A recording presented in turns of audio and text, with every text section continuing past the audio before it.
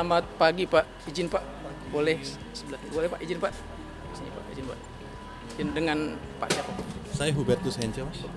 Dari mana itu?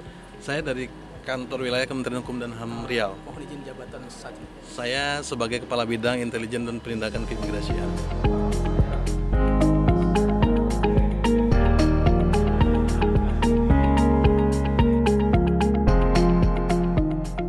Boleh sedikit Pak menceritakan terkait dengan implementasi aksi perubahan yang Bapak laksanakan saat ini? Baik, terima kasih. Saat ini kami mengimplementasikan aksi perubahan kami berupa optimalisasi penegakan hukum keimigrasian melalui manajemen pemantauan orang asing di Provinsi Riau atau Matarasi. Aksi perubahan ini kami gagas untuk menghimpun data dan informasi terkait penumpang warga negara asing yang datang melalui TPI yang berada di Provinsi Riau, di mana aksi perubahan ini berupa penghimpunan data melalui electronic arrival form, sehingga penumpang yang datang harus mengisi terlebih dahulu tentang perjalanan kedatangan mereka ke Indonesia sebelum nanti dilayani oleh petugas imigrasi di counter pemeriksaan imigrasi. Dengan demikian, kita dapat menghimpun data informasi penumpang asing yang masuk ke wilayah Provinsi Riau secara real time. Mungkin begitu pelaksanaannya. Kemudian izin Pak, terkait dengan implementasi yang sudah dilaksanakan ini, dukungan dari mana saja, kemudian ada nggak Pak kendala-kendala yang dihadapi?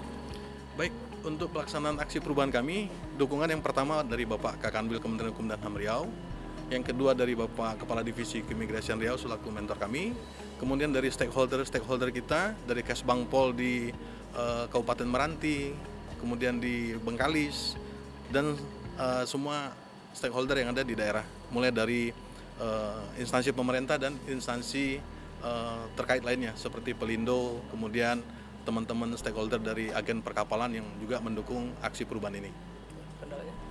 Kendalanya karena letak TPI kita itu di pulau-pulau, terkadang kendalanya adalah jaringan internetnya.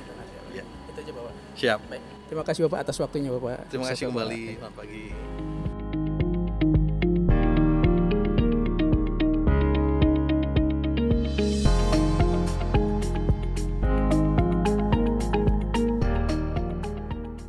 Saya Anto, Rahadianto lengkapnya. Iya. Unitnya dari mana Pak? Dari Kanwil Banten, selaku izin, Pak. Kabid Hukum. Yang Kabid Hukum. Iya, Kabid Hukum Kanwil Banten. Mohon izin Pak, bisa menceritakan terkait dengan implementasi aksi perubahan yang Bapak buat Pak? Oh, iya, baik.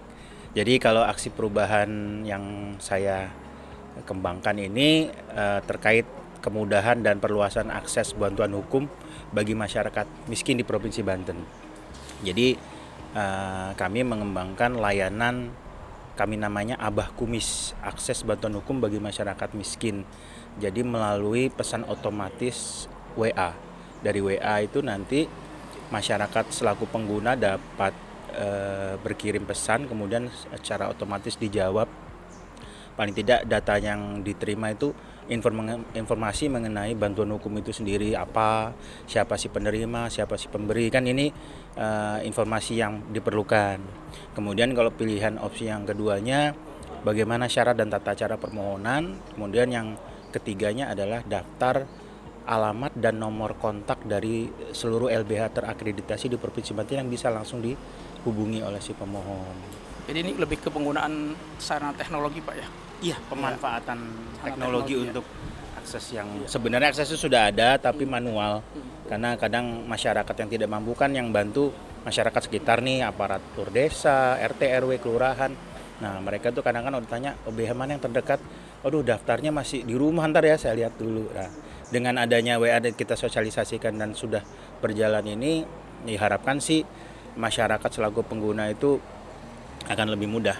Jadi nanti tinggal nomornya itu WA itu diketik dan langsung terhubung dengan LBH. Nggak perlu juga nelpon ke Kanwil, LBH mana yang bisa membantu saya gitu. Sudah ada Pak ya? Sudah langsung. Iya. Kemudian terkait dengan implementasi yang dilaksanakan ini, ada nggak Pak dukungan atau kendalanya Pak? Dukungan sih ya dari stakeholder internal maupun eksternal ada, alhamdulillah, dari pimpinan kami, dari Pak Kakanwil, terus Pak Kadif Yankum selaku mentor, dan juga dari pemerintah daerah. Kebetulan di video testimoni saya juga ada dari PLH Kepala Biro Hukum Provinsi Banten. dan juga LBH dan masyarakat beberapa yang memberikan dukungan dan merasakan oh ternyata mudah ya gitu, itu kalau secara ini, dan ada di YouTube saya. Itu aja Pak. Siap, gitu aja. Terima kasih, Bapak. Terima kasih, sama-sama.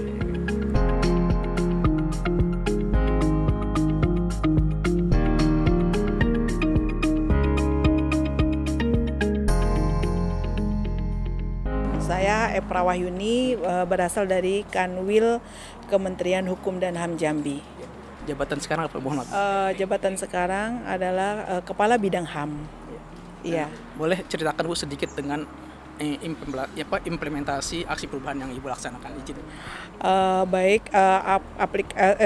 Implementasi aksi perubahan saya yaitu optimalisasi pembentukan pos pengaduan HAM di Kabupaten Merangin, yaitu launching pembuatan pos pengaduan HAM di mana sangat berguna untuk masyarakat yang jauh jangkauannya dari kota, yaitu ke kantor wilayah yang berjarak 5 jam sampai dengan 12 jam, maka didirikanlah pos pengaduan HAM itu di kecamatan. Semoga bisa bermanfaat untuk masyarakat yang selama ini belum tahu informasi harus mengadu kemana terkait pos pengaduan HAM atau pelanggaran HAM terhadap masyarakat awam. Kemudian terkait implementasinya, apakah ada kendala-kendala Ibu? Alhamdulillah sampai dengan launchingnya pos pengaduan HAM ini, pemerintah daerah khususnya Provinsi Jambi sangat mensupport adanya pos pengaduan HAM ini, dan satu-satunya yang ada di Provinsi Jambi dan di kecamatan. Iya. Itu aja Bu ya. Terima kasih Ibu. Mudah-mudahan implementasinya berguna untuk masyarakat. Siap, Oke, Bapak. terima kasih Ibu. Sama-sama.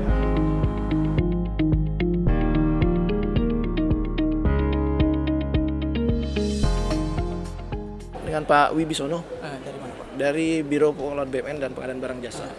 Izin jabatannya Pak? Kepala Bagian Perencanaan Kebutuhan BUMN dan Tata Usaha. Mohon izin Pak, untuk Ya. bisa menjelaskan terkait dengan implementasi aksi perubahan yang Bapak telah laksanakan.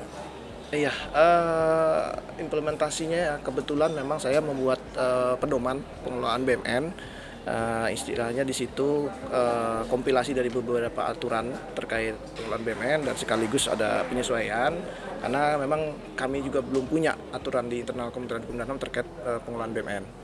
Itu sih, dan mungkin kendala-kendala yang dihadapi ya mungkin karena tim efektif saya itu memang dari seluruh bagian di biro, melibatkan kepala bagian dan ketua tim, memang agak sulit menggabungkan mereka ya untuk duduk bareng membahas ini karena berbagai kegiatan kesibukan masing-masing. Tapi ya alhamdulillah bisa kami koordinasikan dan terselesaikan lah penyusunan pedoman ini. Terkait dengan adanya dukungan dari pihak lain, ada Pak? Dukungan ada tentunya dari internal maupun eksternal. Internal itu dari Kementerian Hukum dan HAM sendiri, baik dari seluruh unit eselon 1, kantor wilayah dan seluruh UPT, dan juga eksternal itu di Kementerian Keuangan, ya, khususnya di Direktorat Jenderal Kekayaan Negara. Itu yang sangat mendukung terkait penyusunan pedoman pengelolaan BUMN ini. Terima kasih Pak waktunya Pak. Terima kasih, Oke, sukses sama-sama. Pak. Ya.